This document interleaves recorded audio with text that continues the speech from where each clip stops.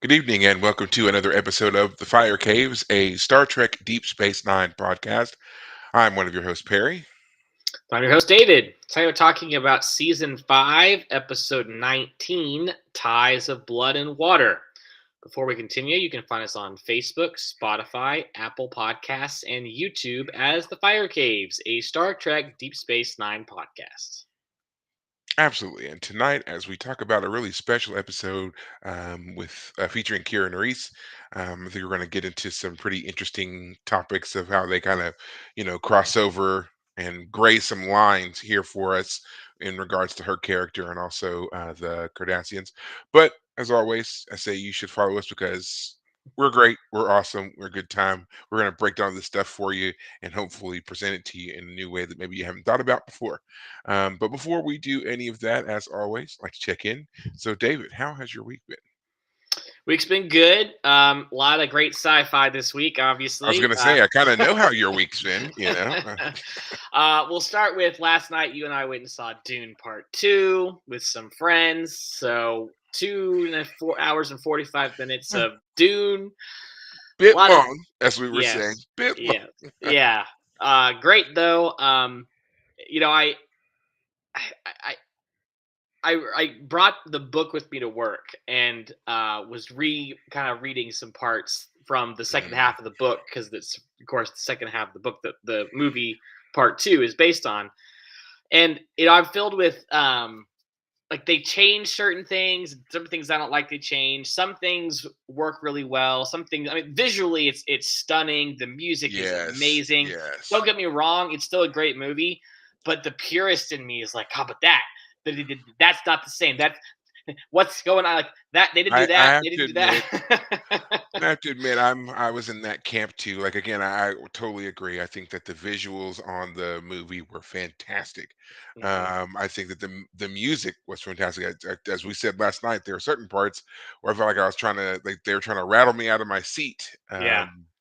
A few times. But now it's been a little bit since I've read the book, but I pride myself on having a pretty good memory. And there are certainly some things that were changed, and I had me kind of being like, wait a second, I know that that's not quite right, or there Right. was some of this has definitely been, changed. And I understand that this is going to happen when you're dealing with a source material like a book, especially because of the fact that, there's decades between when it was written and then released and all this other stuff. So times change, our cultural shifts. We're going to have these things that happen that are going to make certain things written, even in sci-fi, seem dated after a Right. certain amount of time. So I Mhm. get that there's a need to kind of update the look a bit or the feel, I guess. But yeah, there are certain parts where I'm just like, I wish if you're gonna base it off of such detailed source material, you Mhm. should probably try to keep it as close to that source material as you can. Partly Right. because there is a lesson to be learned in something being so dated anyway. Right. There's, being able to point out those stark changes and how we have grown over time is a lesson in of its own self that we miss out on when they make these rushes to update and contemporize certain things. So, Right. but still a great movie. I thought that the cast overall did a really great job. I 100%. loved the performances. I thought everybody um, was just Yeah. fantastic. Did you feel like there's anybody like I don't want to spend our whole time because we could definitely spend a lot of time breaking this movie down, but like, did Oh, you I feel like could there's I could spend this whole episode oh talking about Dune, man. Like, I oh was man, we so could go tempted into it, earlier when but you texted me earlier. I was like, man, we just take off work right now because yeah. want to get into I'll it. tell you right now, I stopped myself from texting you But at one point because like I could text and text and text, but David, I save turned it my for this. I turned my phone off. I'm not kidding, because I was so into it, and I was like, you were texting me, and I was like, and then there was this, and then I was like, no, you work, and Yep, I had to yep. turn it off because I was like, I I will, basically did the same thing. yeah. Yep, yep. So that's why I didn't um, respond to you after that last one. I was like, no, here it yeah. comes. Yeah. I'll just start by saying that I think it's Austin Butler who plays Fade Routha was the standout from this movie because he wasn't in the first one. So No, every time he's on screen, he's stealing the scenes. He is fantastic. Standout performance, I think, from everybody because again, he wasn't in the first one, and so he's the like the of the new cast, the one that really stands out. I mean, even Yeah, Christopher Walken's kind of only in it briefly, but briefly. Face Alpha, he's there, man. Interesting that you bring him up, Austin Butler, because we saw it. We ended up seeing a preview for another movie that he's going to be in, the Bike Riders. Hmm. He's in that movie as well. He looked so different that I Hmm. didn't realize that that was him. And I mean, I went, obviously went home, did my little deep dive there, and when I searched him, because he was one of the first people I googled when I got back, and I Hmm. saw that I was like, oh, so that's he's in this next movie here. Yeah. So yeah, between him, Timothy Chalamet, Zendaya, and is her name Juliana Pugh? Is that right? Florence Pugh. Florence Florence. Pugh. I don't know where I got Juliana Pew. from, but so all of them are on this like list of like considered like the next gen, next wave of Yeah. major Hmm. Hollywood elites. They're like the top. They're all in the top, Yeah. four, top 10, whatever. So because there it's like best stars under 30 or something like that, and I think they're all in the Yeah. list there. So Hmm. yeah, I think they do a great job. He was also in the Elvis movie as well. So Yes. Yep. um yeah, Which I haven't seen, but I have that's not like the first seen. time he came on my radar. Yeah, I Yeah, haven't he's seen it also either. in the show. He's in the show Masters of the Air, which Hmm. I've been watching. That one based on the book that I also read about the bombardier or the bombers in World War II. He's playing one of the main characters. But yeah, he's definitely a rising star, man. Keep an eye out for Austin Butler. I think he's going to be yeah, like you said, he's gonna be one of those people who like, oh, he's in that, he's in that, he's in that, and yeah, And I would say the same great. is true of all of them. I mean, Zendaya's already had a pretty stellar career Yeah. with the Spider-Man movies, of course, and then she has her show Euphoria, which is on Max. Florence Pugh was in Oppenheimer, and she was in Black Widow. Hmm. Again, already kind of just one of those people that's been coming up as a bit of a powerhouse, as is Yeah. Timothy Chalamet as well. Between this Hmm. movie, the Willy Wonka movies, and Yep. I'm trying to think of some other things that he was in. I know he did several. I guess we would consider them foreign films before coming over to America too. Indies. Yeah, Yeah. So yeah, I'm just again, I was thoroughly impressed with everybody, Yeah. and not to say that just the young crowd was doing their thing either. Josh Brolin, Javier Bardem, Yeah. excellent Yep. performances here. Yeah. um Josh Brolin's just been on a roll consistently. Probably these past, like, I'm gonna say probably the past 10 years, maybe a little bit longer, depending on where you want to, look at things. Yeah. But yeah, I mean, he was a child star as well, and now he's Hmm. up and doing his own thing here. Uh, Yeah. great, great stuff. And the movie Yeah. it bears out. Opening week, the movie dropped March 1st, did $170 million in its opening weekend here, whatever, and we Right. were part of that. So yeah, I mean, great, great movie. If you haven't seen it, go see it. Right. Again, bit long. Yeah. And personal word of advice: don't sit in seats that have side buttons on them that allow you them to like adjust or whatever. I battled mine like all night, the whole time. So really kind of took me out of the movie. It was funny. I was sitting next to you, and every now and then you go, "Dag damn it, stupid!" Yeah, I'd just be sitting minding my business, and all of a sudden it'd be like, "Zzz."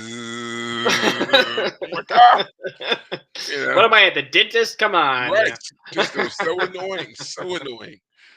yeah. So Yeah, and I'll just follow all that up with as much as I enjoyed the movie, I really enjoyed the book. And I even just yeah, perusing it again today, I was mhm, like, man, there's so much subtlety in the book they just couldn't bring to the screen. And that's why they had to make certain changes just to make the plot work on screen. yeah, And a lot mhm, of times I was just like, ah man, I wish they had just tried harder to stick with what's on the in the book.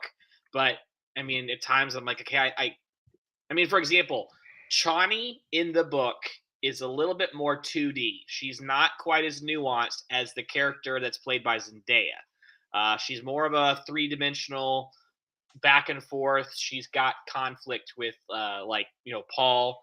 In the book, she like pretty much is into him from the get go. They both realize, they have spice visions of each other, and so they're immediately like, "Oh, we're meant for each other." Boom. That's kind of it. That is the part that I didn't appreciate them cutting, is the fact that, as much as we were seeing Paul having visions of her, Right. she was also having visions of him in the book. Exactly. And I thought that was Yes. something that's critical to the development of their relationship that Yeah. we don't get to see and we really should have. Right. Because she, and if I remember correctly from the book, she does have dreams of him, but she always Yes. just wrote them off as just dreams. She didn't Right. think anything of it until he shows up. And then Right. she's like, yeah, you're the one. You're the Right. guy that I, because that was her thing. It was, she was saying he was the one, not because she believed him as the Messiah, the prophet, but more, you're the one because you're the one from my dreams. Yes. And then it turns Exactly. into more as they move through and do other stuff. Right. So yeah, I did miss that. I did wish that they had done, more to show them, Right. connected that way. But yeah, so I agree with you on that. And I'll just summarize it by saying that the movies, both of them, are not the movie I would have made, in the sense that if I were in charge, I would have done things differently. But that's okay, in the sense that, well, it's not my movie, so I'm trying to enjoy someone else's movie and I can't enjoy it. Oh, yeah. Yes, half the time my brain is like, that's not how it happened in the book, but didn't stop me from enjoying it. So, Well, I think that we're just going to be those people who have those issues because we did read the books, and for us too, because there weren't movies for so long, mhm, we reread the books, and right. then what movies there were. There was the movie that came out in the '80s. Then the Sci-Fi Channel did one in 2000. So these were definitely, I don't want to just say lower budget. They were different budgets, reflective of a Hmm. different time, and so the way of Yeah, telling the story was vastly different than what they could that's do 100 sure. now, Yeah. so Hmm. and there's going to be people who have never read the books and who won't read the books and they'll just watch these movies, and I'm kind of jealous because they're getting great quality here. Not Hmm. exactly what we had with the other stuff before, and yeah, great stuff. Right. The other thing that I did this week was I read book 3 of the Red Rising series, Morning Star. I'm telling you, Perry, I said it last week. I'll say it again this week. This might be the best book series I've read so far, like ever. And I don't mean that in like Dune and Expanse, like they're done. I'm talking about like the plotting in these books is so exciting and so page turning and so enjoyable that I was just like floored when plot elements would happen. Like I at the climax of that book, I didn't see it coming because I was already like read page, and like I didn't have time to try and predict what was happening. And so there was moments where I was like, I can't believe this is happening. And then if I gave myself a moment to like pause, I'd be like, no, wait a minute. No, this makes sense. And it's great. I can't wait. I've heard that there are rumors they're going to try and make that into like a movie or a TV show. I hope it Mm, happens. Really enjoyed those okay. books. There are more. There are more that I haven't read yet, but I'm going to take a break and read some other things. But yeah, really enjoyed that book. That's again book 3 of the Red Rising series. And then I did start Avatar, the original cartoon series, because I know there's now a live action on Netflix. So I was like, Mhm. I don't know if I'll watch the live action, but I always hear people rave about the TV show. So I started it, and it's definitely meant for kids. I'm only like 6 episodes in. Season uh, 1 has 20 episodes or something. mhm. There are only like 3 seasons, from what I can tell. Yeah. But it does give me certain vibes of Samurai Jack, in the sense of Okay. like the element, the shorter episodes. The episodes don't always tie together real neatly, but there's like an overarching plot. I mean, Samurai Jack has a very different animation style, Yeah. and Yeah. every. I mean, it's very different, but I'm just saying that I get kind of that sense.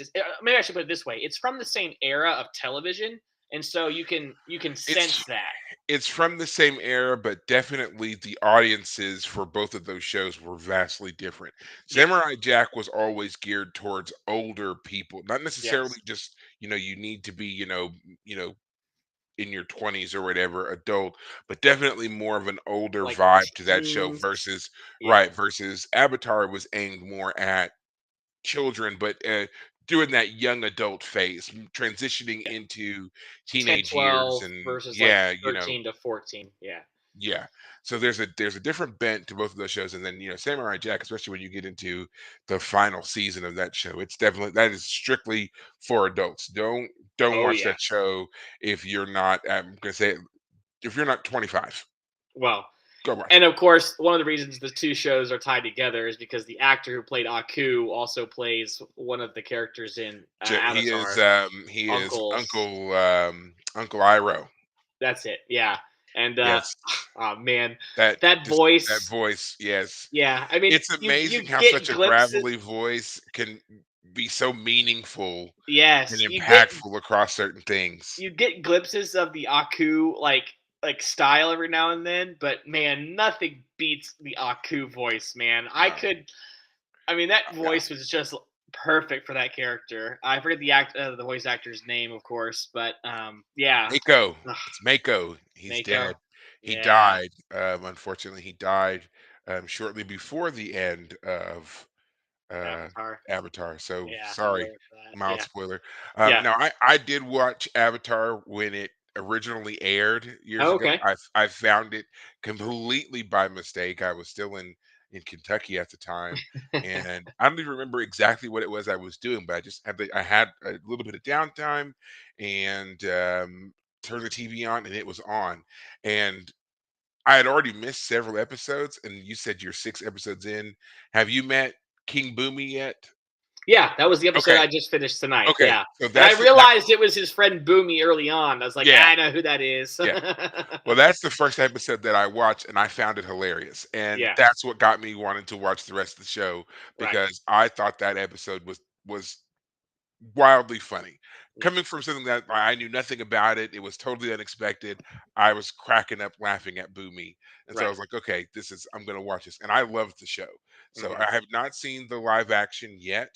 I'm Hmm. kind of hesitant to do so because the I have last heard live some action, negative things, so yeah, that's why I was like, I don't know if I'll do it or not. But I figured, hey, why not? I need something to watch, or at least something yeah. different. So, Well, the last live action Avatar was with M. Night Shyamalan, and it was horrendous. I saw it in the theater, and I left demanding my money back. It was terrible. It was absolutely terrible.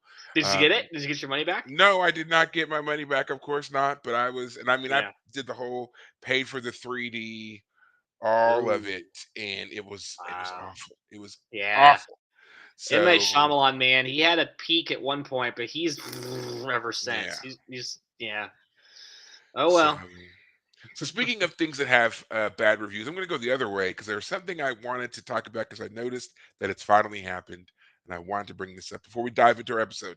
I know, guys, we're almost 20 minutes in, haven't gotten there yet. Bear with me, all right? I feel like this is important. Star Trek Discovery. I'm gonna do it again.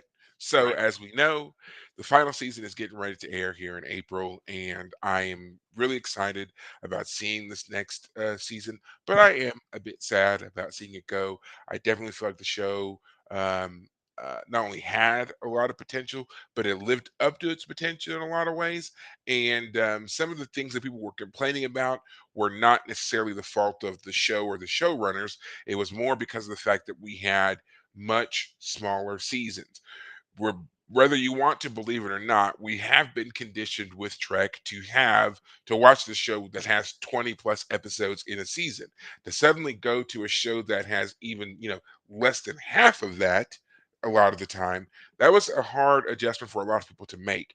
And so when you're having to watch these characters make emotional leaps that we were having to watch with Discovery, it did have a ring of insincerity about it, but only because we didn't get to watch them kind of mull over some of these things over several episodes. We didn't get to watch the full growth of the character.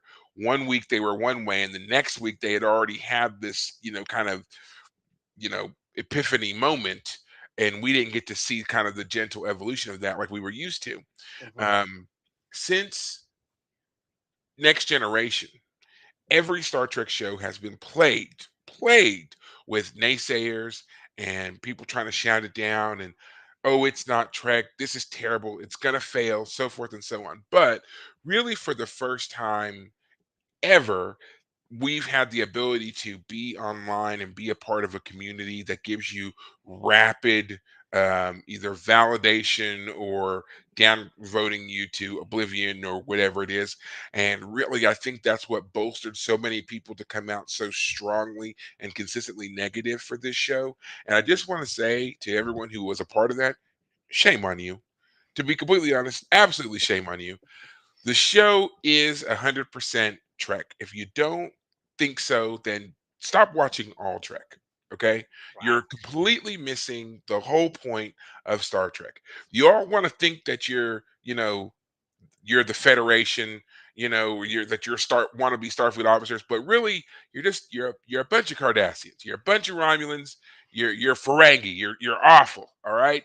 And Wow. if it's I'm Man. absolutely upset because I'm seeing the thing that I said I was going to see, which is now that they've announced that it's ending, slowly but surely, all these articles are coming out, new things are coming out, new posts, new threads, whatever, of people being like, okay, Discovery wasn't that bad, or oh, I don't like Discovery, but this thing they did was really cool. Or, oh, you know what? I'm recognizing that this is actually more advanced or more ahead than I thought it was. And they slip it in there. Now on my third rewatch of Discovery, now on my fourth rewatch. If you hated the show, why are you rewatching it for a third or a fourth time? I can kind of see a second time because if you didn't like it, you go back to give it a second chance, whatever, but clearly something about the show resonated with you and you're watching it yet again and one more time after that for good measure. And now you're coming away with, oh, well, this was good or this was cool or I liked it when this character did that. Whatever. I said that was going to happen. And now that I'm seeing it, it just, even though I knew that it was coming, it upsets me because the show is ending because there was such a huge backlash. And I'm not going to say just solely because I'm not going to give you anybody that much credit. But there was such a negative, look on this show for so long. And then the wellspring of support, the resurgence of support for Strange New Worlds and Prodigy, even the cartoon show, has really kind of, pushed uh, Discovery into this kind of redheaded stepchild category, Mhm. and it's the show that had to come first. Discovery, you know, crawled so the rest of these shows could run and fly, and absolutely without Discovery, we would not have Strange New Worlds. I don't. I'm telling you, without Discovery, we would not have Strange New Worlds. We would not have Lower Decks. We would not have Prodigy, and and those shows are gonna end too, and Yeah. we're going to end up in this weird void again where there will be no Trek for like 10 years. And then, unfortunately for me, I'll be in my like 50s or 60s and there'll be another show. And I'll be quite upset because we had and have a great show in Discovery. And we really should have backed that show much stronger than we did. We should have been voicing our support of it. We're not going to get a legacy show. That whole Mhm. thing with Seven of Nine and all them, as much as I would really love to see it, it's not going to happen. Terry Metalis has said that they would love it, but it's more like a fancy idea. It's just not going to happen. We had a great product in Discovery. We had solid characters. We had solid leads. We had solid directors. Yes, they were a little bit, experimental on things, but they had to be. And now it's over, and I just don't want to see any more people being like, well, oh, now that I think about it, no, you had your shot. You had your chance. I know who you Sit are, and down. I'm Yeah. not going to let you get away with now being an apologist or covering up for the fact that you were so against the show now that it's over. Yeah. For those of you who were Discovery fans, thank you, and I hope that you're not as too sad or too bitter about the show ending. You should know that a lot of the actors are out right now doing like interviews and things like that about the show, and in particular about the upcoming season. Also about the impact of the show on Trek overall. Some of them were really great. Captain Michael Burnham herself, Sonequa Martin Green, sat down with Tawny Newsom, who plays Beckett Mariner on Lower Decks, and they do a respective. I think it's like an hour long interview, which you can find right now on YouTube, and you can watch it. And it's great. It's insightful. It's funny at times. Watching them talk about the impact of their shows on on themselves, on Trek, on the franchise, everything else. It's really interesting to hear from them, and it's just them. There's no other third person like interviewing them or anything like that. It's just them talking. Go watch it. I think that you'll enjoy that as well, and hopefully it gives you a little bit more appreciation for Discovery as well. And I hope that they come back. They're already slated to do the Starbase 31 movie. I hope they do something with the Discovery cast and not just waste them the way they've wasted other crews. Looking at you, Deep Space Nine, in the past, and they really give these guys another shot at something. Uh, don't give me another show that jumps forward so far in the future that these guys are basically dead and there's no way of them coming back. I don't want that. Give me some more of these characters. They deserve it. They're wonderfully made up characters. I would love to see more of that in some iteration. And I'm just going to continue to say, sad that it's gone. And yeah, you people who shouted it down, you will get no sympathy from me. So I'll be waiting for you when the time comes and those debates starts. So be aware. Right. Yeah. But we're not here to talk about all that. We are Apparently, we here to talk are about, I mean, 26 yeah, minutes in. What are we uh, talking about? so many things. Yeah, but sorry. Let's get back on track here with the real Yeah. deal. Ties of Blood and Water, a nice Kira centric episode that we have. Would you like to give the recap or would you want me to do it? You go for it. It's been a couple days Okay, since I watched it, and I usually am better at recapping if I just watch it. So go ahead. sure. Yeah. And just for the sake of time, I will try to be brief here because obviously we're going to go into this and then, um, yeah.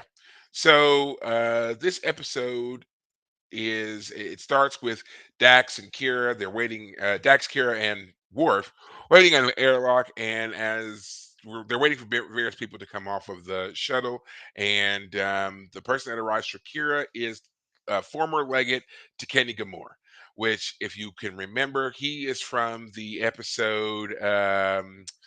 Gosh, I forget the name of the episode. Second Skin, that's what it was, and Yep. that's the one where Kira had been kidnapped and surgically altered to appear to be Cardassian, and they implant her into to Kenny's house, saying that she was his missing daughter, Ileana.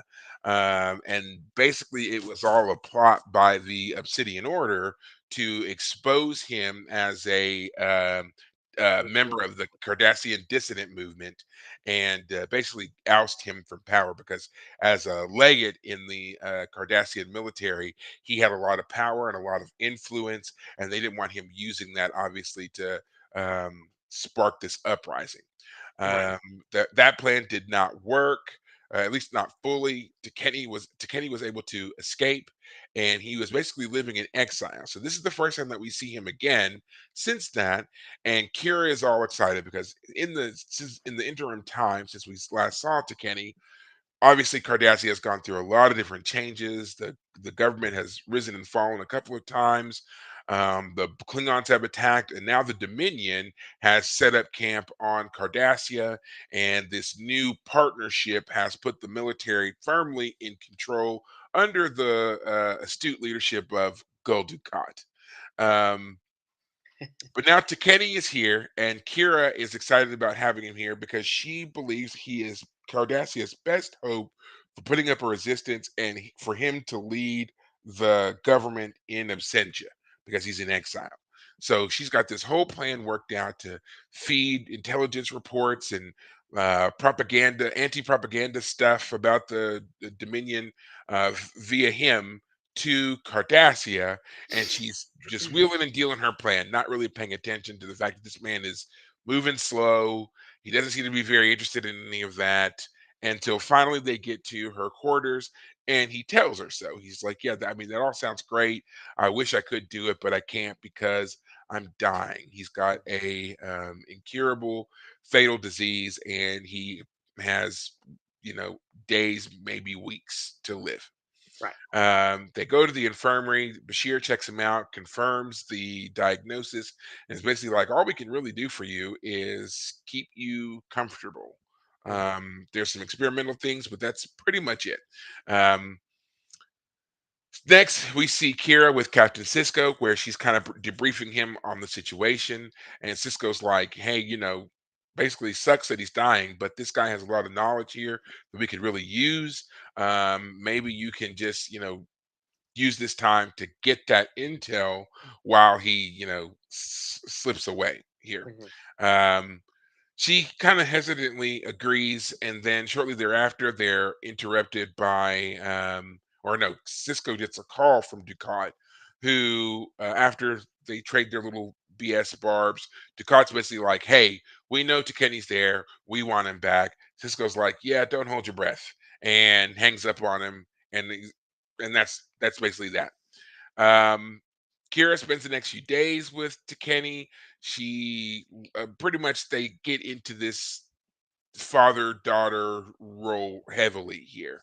Right. And she does start to take a few notes as he's telling her about different things that they've done, or that he's done, that Cardassia is responsible for, spy stuff, political stuff. He's giving her all of these bits and pieces of information, and she's just writing it down while he's getting sicker and sicker.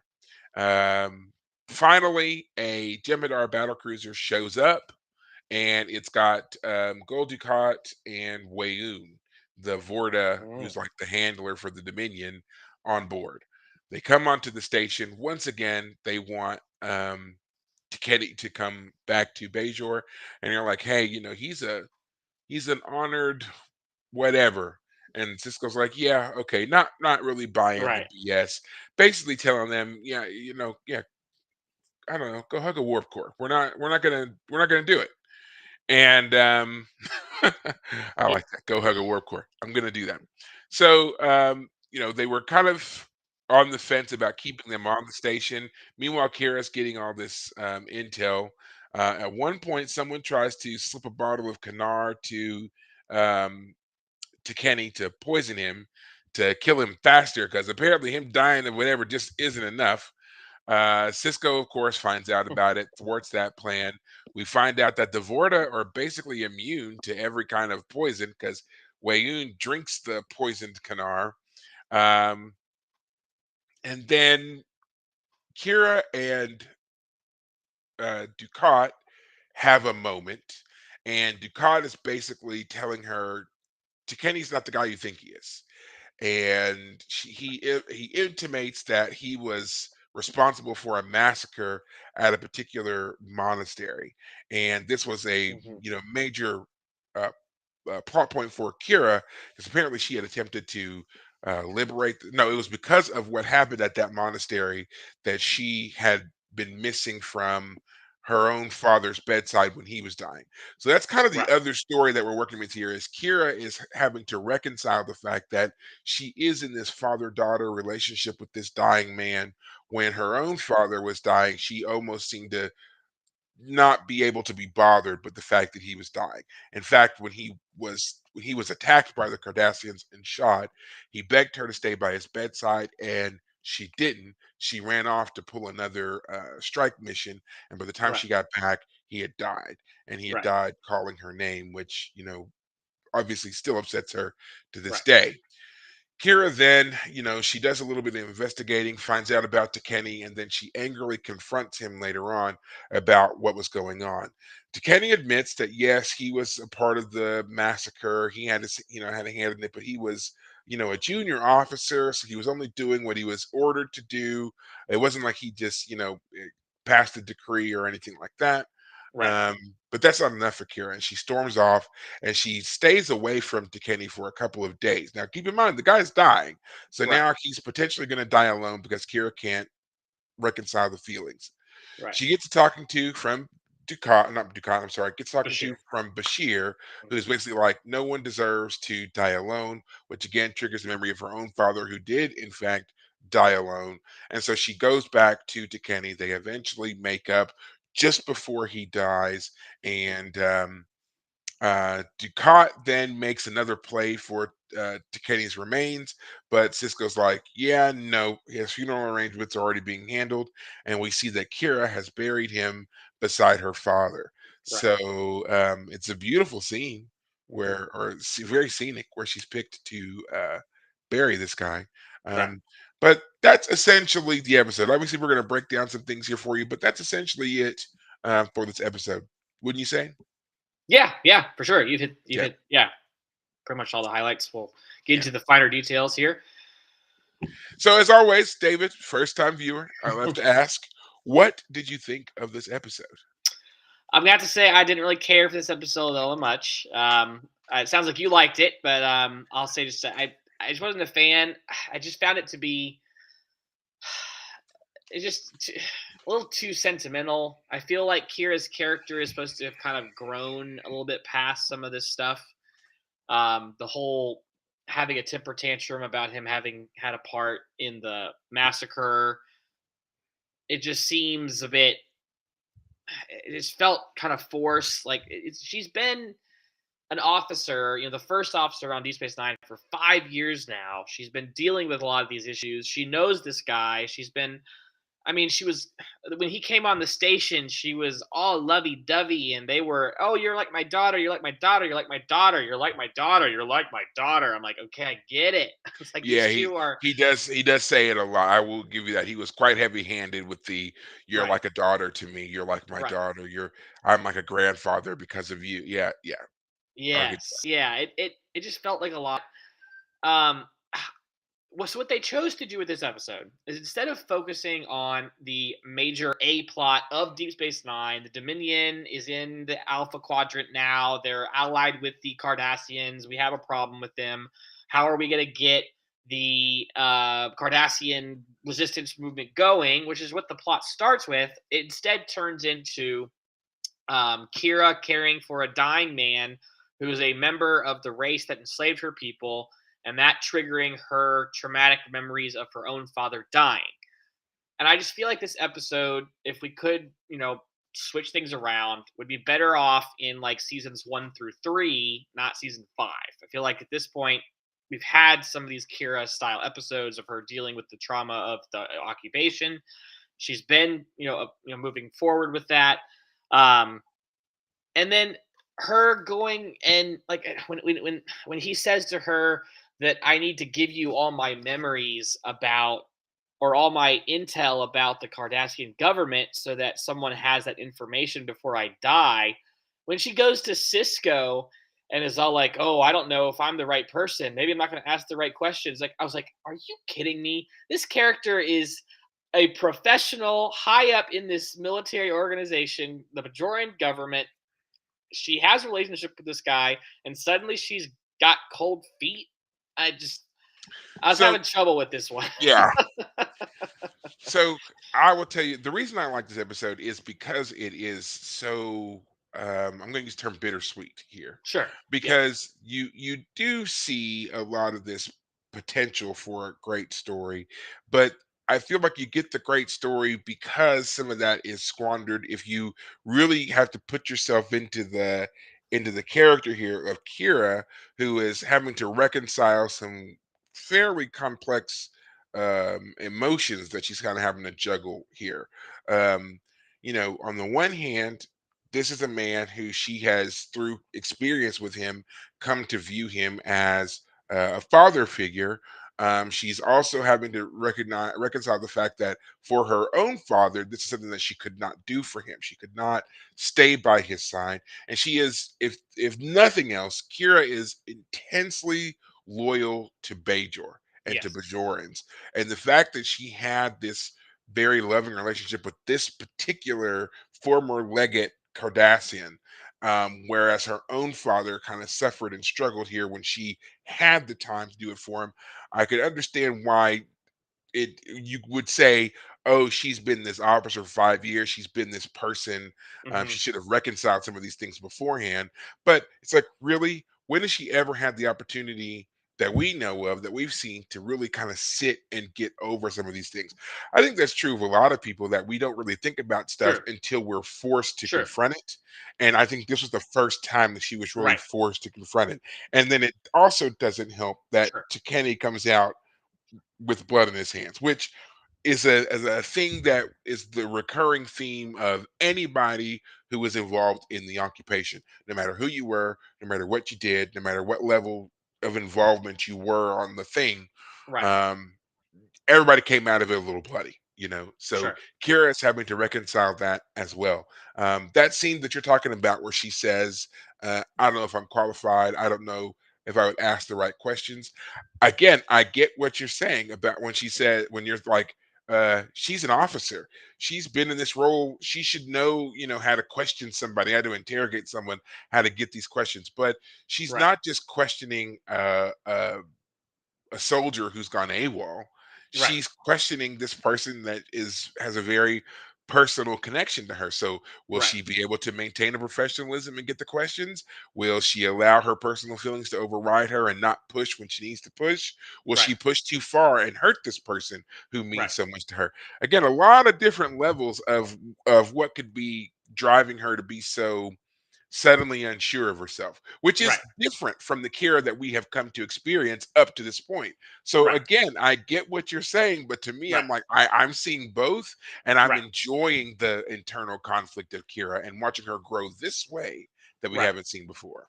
Well, I guess so. For example, the scene where she's talking with Cisco, that's like right before I think the like second commercial break. So a little early on in the episode. I just feel like talking to Cisco about that was not the right person. That's a Dax moment. That's a Odo Okay. moment. And Odo does have a scene with her later in the episode. So don't get me wrong. Yes. But I feel like talking to her senior officer, the man who has every reason to be like, yeah, I need you to move forward on this. Like, you can go have your personal moment somewhere else. Like again, Cisco's not the type to do that. So don't get me wrong. I'm not saying that, but for me, I guess what I'm getting at is like Kira has been someone who has struggled to come overcome her just straight up hatred for Cardassians because of what they Yes. did. Yes. And the episode where she was taken to Cardassia and met him, what's his name again? I'm gonna make Second sure. Skin Yeah, is the second skin. episode, and to Kenny Gamore. Kenny Gamore. That episode was. I'll just summarize it this way. I know that a lot of time supposedly happens in that episode, but I don't. And to be fair, apparently these two have kept in contact since then. Yes. But for me, it felt like when she had him come to the station and she's all like, "Oh, it's so good to see you." I wish part of me wishes she had there was just still that part of her that was reserved. Uh, Like there was this core. yes.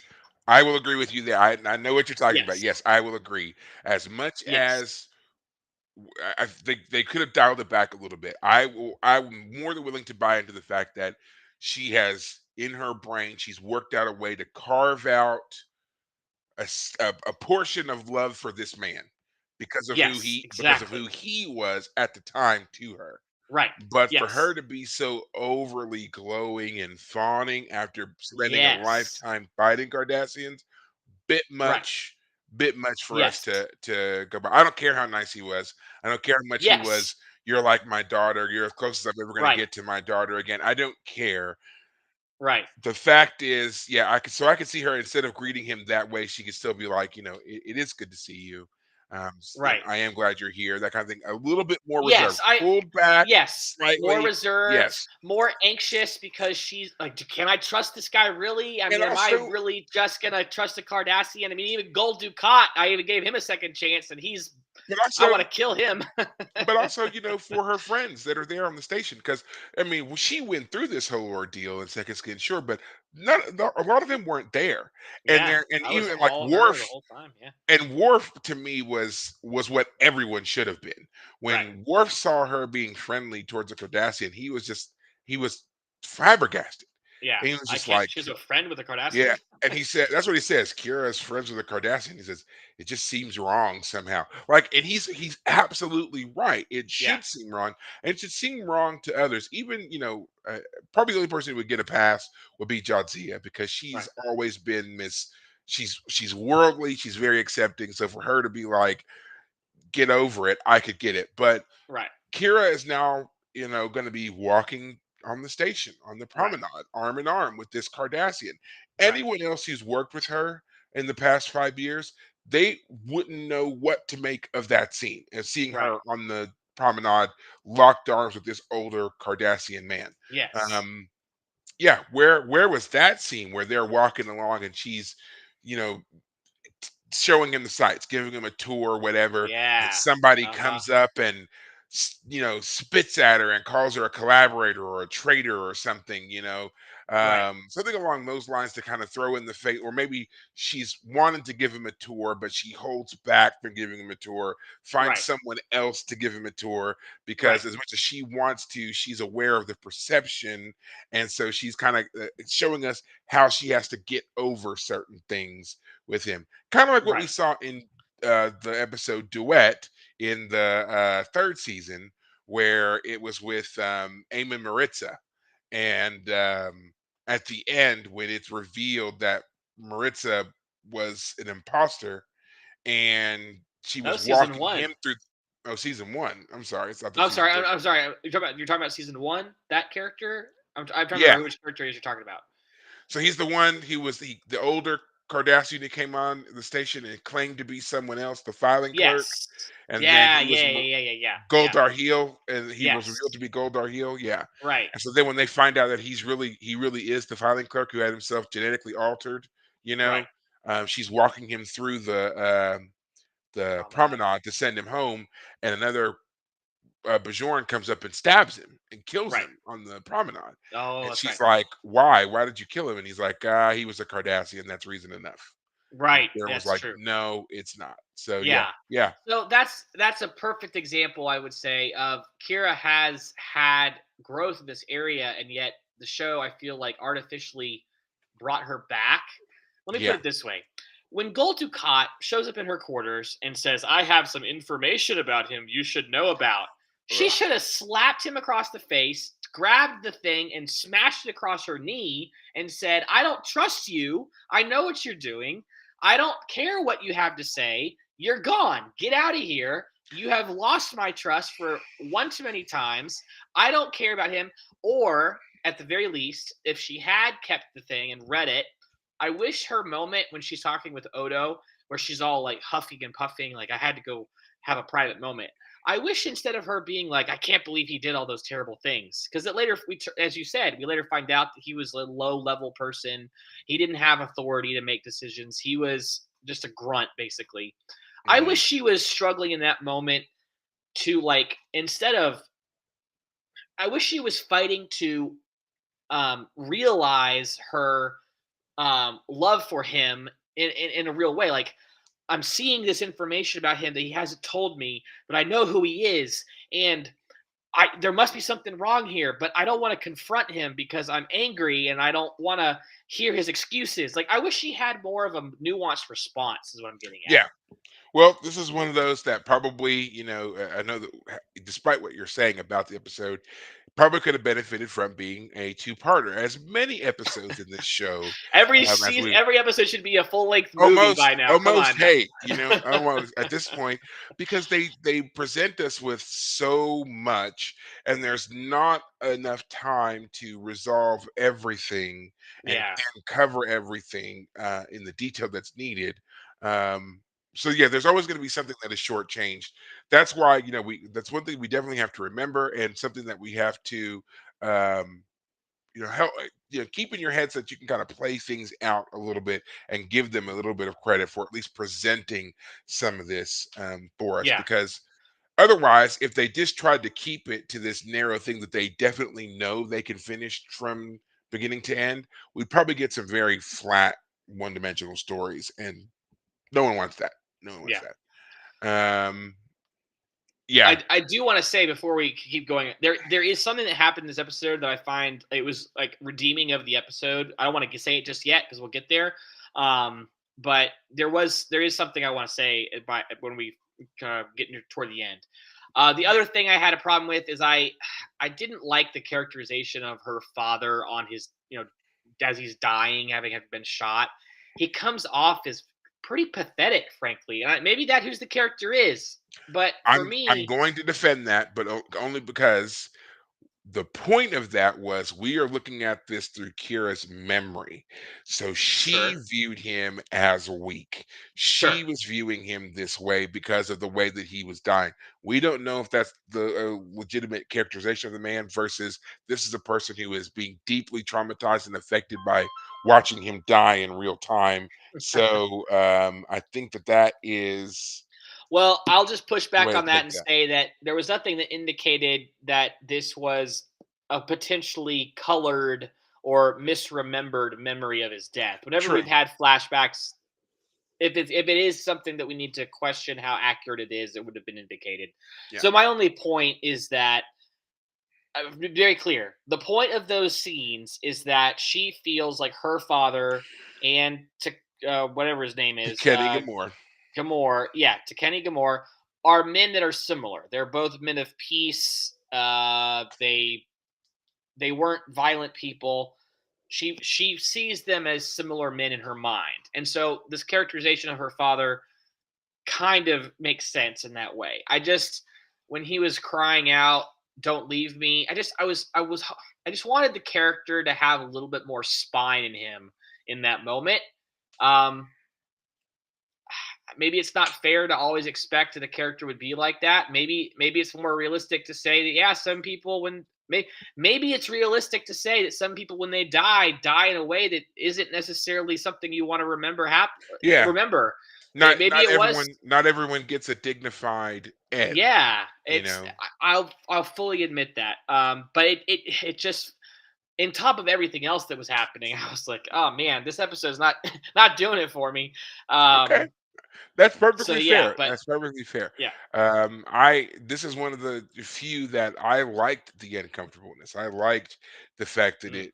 it, kind of rubs you wrong because you do have a certain feeling of this is how it's supposed to go. And so the fact that it didn't, and it I feel like it rubs you the wrong way just right, if that's a way of thinking here.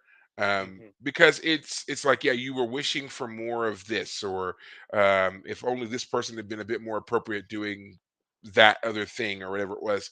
The Right. fact that you didn't get that is something to kind of hang on to and realize that, you know, those responses are not necessarily the only ones or the normal ones or whatever.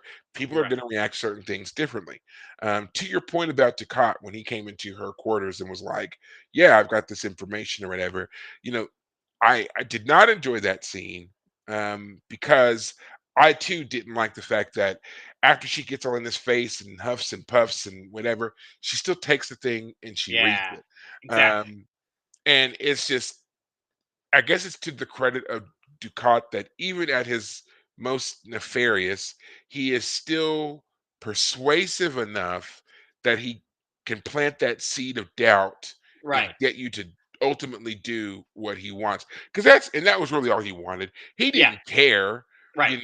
that she believed him. He just wanted her to read it. Right. And that's what he got. And have the seed of doubt planted. Yeah. And to be fair, I do feel like Kira is being consistent in her characterization throughout the show in the way she responded and then looking at it.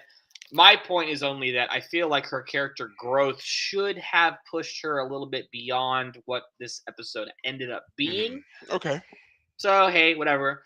But I do want to say I'll get to my point. The redeeming scene in this episode that really I got to the end and I was like, fantastic.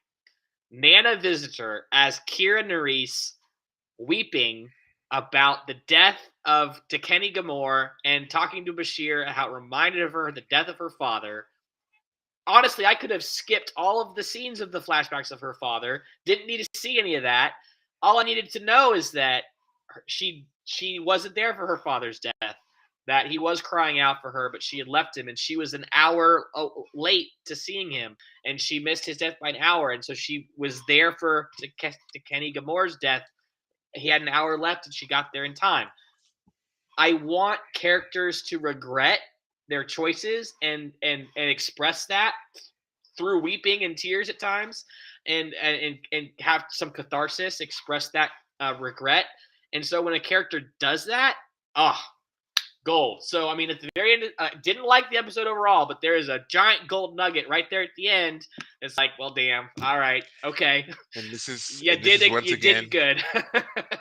and this is where David and I differ, of course, because he likes to see them brought low and then have a Yeah. redeeming factor. Me, I see them brought low and then I go, can you go lower? Can you? Is there? Are we sure we're scraping the bottom here? Yeah. Why don't you Rock get that? bottom ain't got Yeah, nothing on this on no. Barry's mind. Yeah. Screw rock bottom. Blow that rock out of there. Keep going. Go down. I Mm, like seeing them just get to that absolute and just realizing there is nothing left and there is nothing they can do about it. I would have yeah. been perfectly satisfied had she had the realization and rushed to Kenny's side only to find out he had died Yeah. Oh, just a yes. few moments before she got there he had died, and just Yeah. like her father he died calling her name, Right. and Bashir is standing at the bedside and she walks Glaring in the daggers at door her or and she something. Yeah. whips he whips his head around and he's like, where were you? All he wanted was you by his bedside, and you couldn't even have the decency, the courage, or whatever to stand here. Oh, I would have loved to don't get see on him Perry's bad just side, man. now that I'm telling you, hey, telling you, I would have loved to see that and then have uh, her like storming out and the tears and the Man, you and I need to realization. write something because man, you and I going back and forth on a plot like that, figuring out where the best plot lines go. And I just uh, want to quickly say one of the reasons I like that Red Rising book series is he was willing to go. Like you would hit rock bottom, and then you'd be like, "Oh crap, there's a that's deeper bottom." that's what I like right there. It's like just when you Yeah, think it couldn't get any lower, you're like, okay, and you because you we read so many things, we watch so many things, you kind of pick up on the beats. So when you see that it's already on that downhill slope, you are already, even though it's still going negative, you're mhm, already anticipating that bounce back. You're anticipating the next part is going to be the redemption arc. I don't want that. I want you to miss that beat. I want you to find another bit of darkness and despair and melancholy to wallow in for a little bit longer than you feel like you should. Like that's what I feel like the story really sticks with you, is because it went a little bit further than you think that it should, and mhm, you're realizing, okay, like because that's life. Like nothing occurs in life on a consistent timetable. right, You have your peaks and valleys, sure, but they never come when you think that they should, and certainly right, not when you really want them to. So right, I hate that, all of our television, whether it's comedy, drama, whatever, they all follow these particular beats, these patterns, and if you watch enough of them you can pick up on them, and it ruins a lot of the storytelling to me. So I like finding things that break that up and mm, mess that up. gotcha. um so yeah, I would be interested in reading those books. And again, that scene to me, like even in my head playing out, I was like, that would have been such a powerful scene. Like that was the lesson that she learned. And Oh then man, later that'd be so on, dark though. I yeah, mean, I I know. don't That's want that's what I want. Make it to dark. Make it dark. And break then the like I characters don't over the knee of yeah. tragedy. And then let me see that lesson learned, that callback in Yeah, like the final season. yeah, Somebody else who is dying or whatever, and just when you think they're gonna die alone, Kira is there. The unexpected Kira, like their relationship wasn't necessarily like it was consistent, it was strong, but it wasn't the one that maybe you thought of a hundred right, percent of the time. But then in this moment of their ending, they turn around and they know they're gonna die, they whatever, but the camera pans around and the person who's there is Kira, and they're just like they're shocked and they're like, "Why are you here?" And she just says, "Because no one deserves to die alone." Great, excellent callback. I would have loved to see that. I just yes, that everything right there in one sentence in season 7, season 8, wherever we right. are when it happens. One sentence tying together like 5 seasons Yeah, of growth and development of a character. One sentence. I would yeah, have loved it. Loved it. yeah. Well, hey, So there's still a miles chance, I guess. I'm sorry, mild spoiler, we don't get to see that. Yeah, But yeah. yeah, Oh um, well. that would have to me, that's the kind of thing that I look Yeah. for when there's those kind of callbacks. Fan The fiction episode. Fan fiction episode. There you go.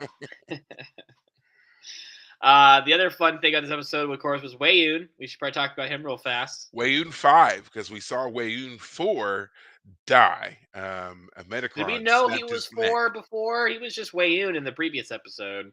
There was no Wayoon 4. That's It was true. just Wayoon, but now we We have did not know 5, yeah. about yes, we did not know about the cloning process, but yeah, Cisco is it Cisco? He's like, I saw you die. He was like, Yeah. oh, you mean Wayun 4? I'm Wayun 5. And then he tells him about the cloning and so forth. So the Vorta are clones. Yep.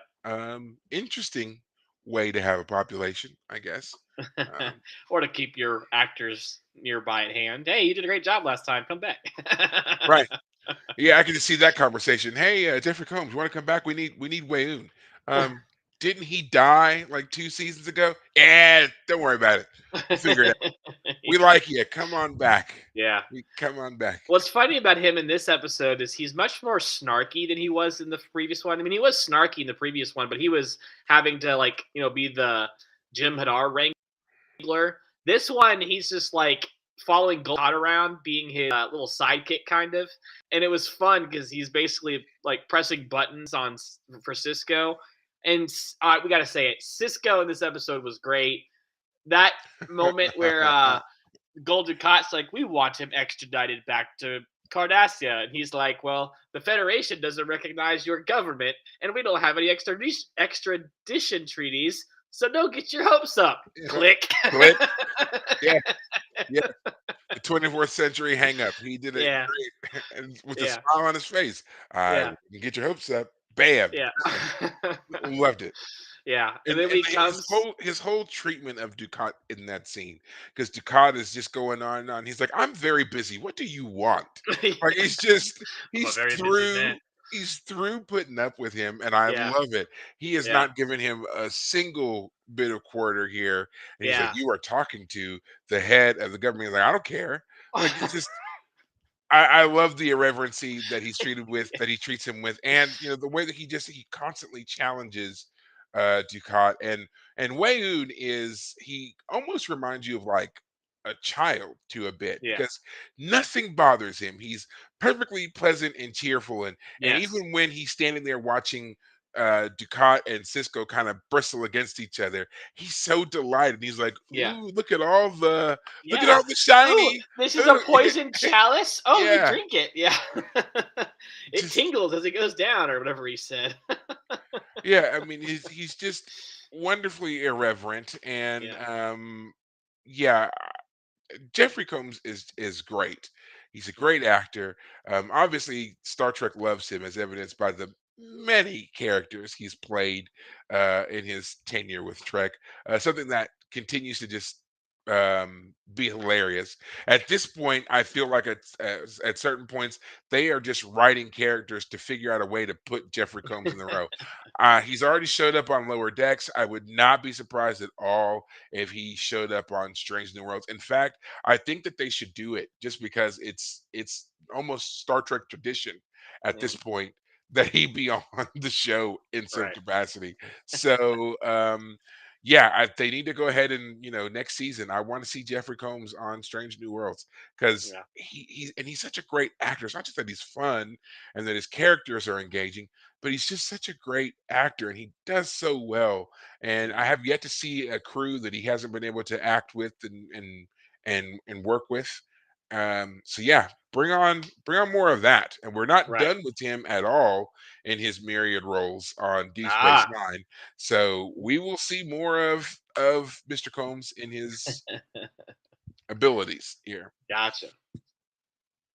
So before we get to the end, I feel like we gotta spend a little bit more time on Gul Dukat because the way in which they're presenting him as this, he's intimating that he's got some machinations here. And we're seeing him as his power is on the rise. He's feeling very comfortable with the Dominion backing him, and he's the head of the Cardassian government and the Cardassian military, and he's so important, and yet he can hop on the next ship out and be at Deep Space Nine like that, you know. And he's gone from being on a screen to now he's face to face. And Right. how does he make it to Kira's quarters? I didn't see a security guard. Did you? you know, Yeah. and he's just walking around. It's like no one sees this man. No one's gonna try and Yeah. stab him. Like come on. Yeah. Well, the other Um, funny. Oh, sorry. Keep going. Yeah. Yeah. yeah, Sorry. no, no, that's all. I was just I was the he's funny thing too was after Cisco hung up on him, he shows up not in a Cardassian ship, but in a Dominion ship, and we know the Dominion have technology that the Federation can't stop. When they first showed up in season two, they were able to beam onto the station and get through the security field no problem. hmm So when Gul Dukat shows up using the Dominion to back him up, it's a great moment because Cisco is he's forced to let him on. We can tell he lets them on, but he doesn't give up um, to Gamor. no, Um, but the whole time, I mean, it's never explicitly said, or at least it's kind of hinted at, but Gul Dukat only exists in his role at the pleasure of the Dominion. yes. Like, you have to wonder if Gul Dukat's either stupid, which he's not, or trying to play some sort of long angle. Like, how I, committed is I'm he gonna go. really to this alliance? I I'm I gonna don't go think with he that. is. No, because if there's one trait that we can definitely assign to Ducat, is that this is a man who does whatever it takes to serve his own ends, his own needs. He's Right, very, very self-important, right, and anything that he can do to maintain his own sense of worth and power, he's right, gonna do to the detriment of everyone around him. He doesn't care about anything else as long as he appears to be a powerful man, a powerful right, person, he's going to do it.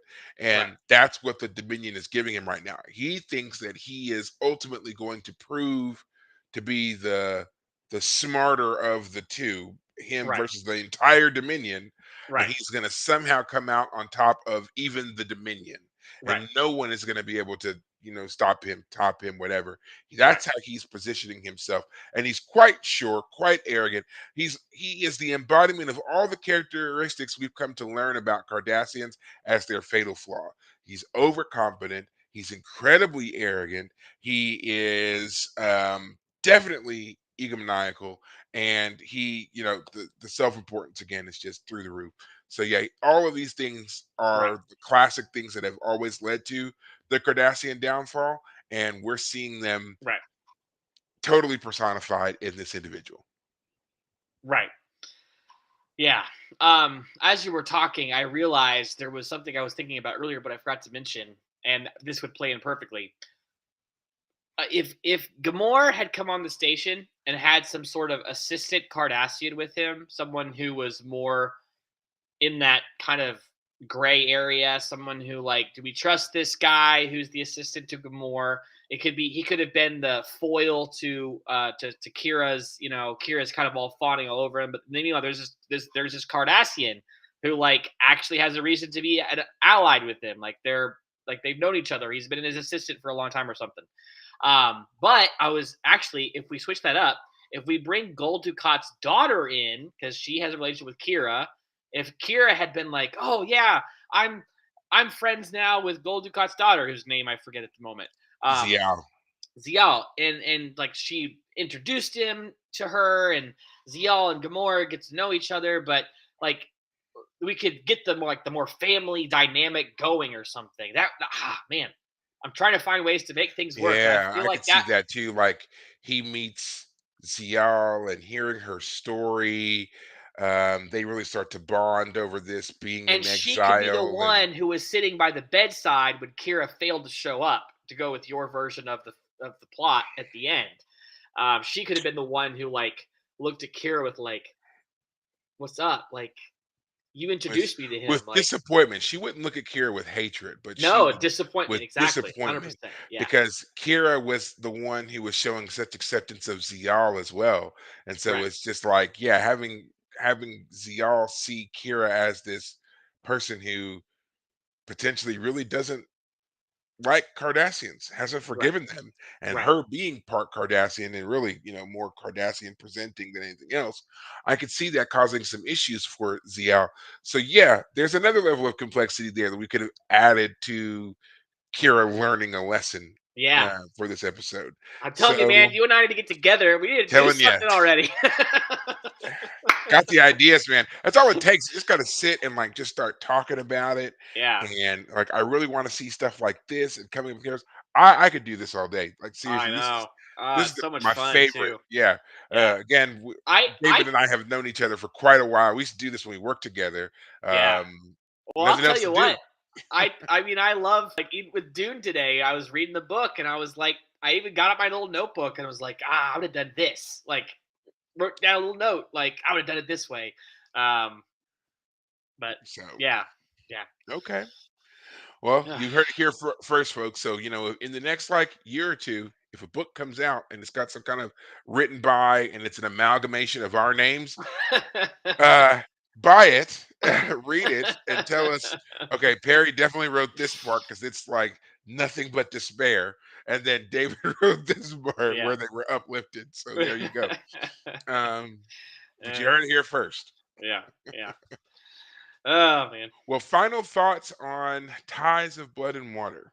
Yeah. Well, I'll just summarize it this way. I want characters to have emotional storylines. Um, and so Kira having that moment at the end of the episode was great. We haven't even mentioned that Avery Brooks directed this episode. Yeah, So sure. So we can yeah, get to that. yeah, yeah. Actually, So yeah, it's before we end that, that's a great point. We can bring that up real quick. yeah, Just to say that the actor who played Takeni Moore, he really appreciated working with Avery Brooks and his direction and his direction skill. He talks about how uh, Avery Brooks really challenged him, pushed him to engage his character in different ways, which really seemed to bring out the story and kind of enhance what they were getting here. And again, the actor's name is Lawrence Pressman. He does a great job as to Kenny, both in Second Skin and here. Yes, he was a little bit heavy handed on the whole. You're like a daughter to me, so forth. that But was once the we get writing. yeah, that was yeah. And once we get past that, the scenes with him are quite touching, I Yeah, think.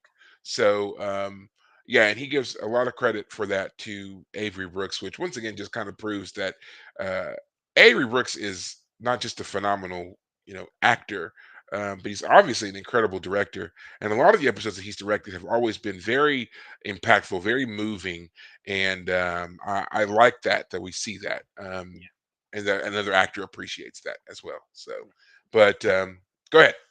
yeah. So just summarize. Nana Visitor. I mean, let me put it this way: crying is the hardest thing to do on screen. She had red eyes. Like I think Nana Visitor was able to get there in the role, in the moment, in the scene. Fantastic.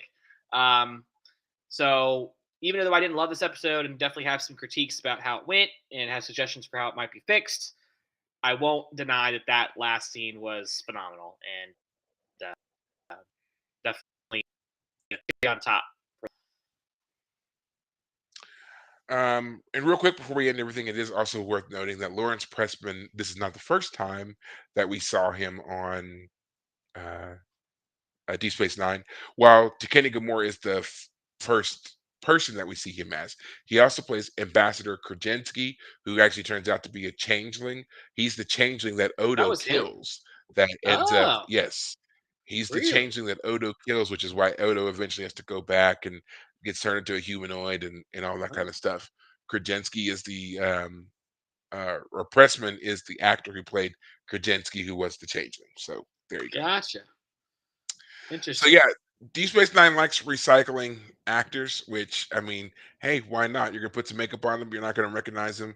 And I mean, if it wasn't for the internet and everything being documented, a lot of this stuff wouldn't be, known right now without some hardcore deep dives. So there you go. Yeah. Thank you, internet. Yeah. Well, guys, I think that's going to do it for us here on this episode of the Fire Caves. As always, you can watch us live on YouTube, which some of you probably did tonight, even though this was a different night from our regular Saturday night broadcast. clearly we had things to do this weekend, so we couldn't do our show at a normal time. Also, again, I am aware we are still slightly behind on the releasing of the podcast for the various streaming platforms. The last episode that is available currently would be the First Contact special. So we've got we're 2 episodes off. Gonna release those or make sure they get released this week. I'm not sure what's exactly gumming up the works here, so I'm just gonna like take them down and then redo them. Mm. Hopefully that takes care of all that. But because I'm doing it that way, that means that this week you'll technically get 2, maybe 3 episodes. I'm not sure how far back the issue goes. So I'm gonna check that out and try and clear it and then reload them. So hopefully that takes care of the issue. So it may be that this Saturday you get 3 episodes, so 3 hours of us that you get to Woohoo! sift through and enjoy. So hopefully you love that. Um, Other than that, you can again find us and follow us anywhere that you happen to do your social medias. And of course, you can listen to us on any platform that you get your podcast from. I happen to do it on Spotify. So until next week, guys, take care of yourselves. Thanks, guys.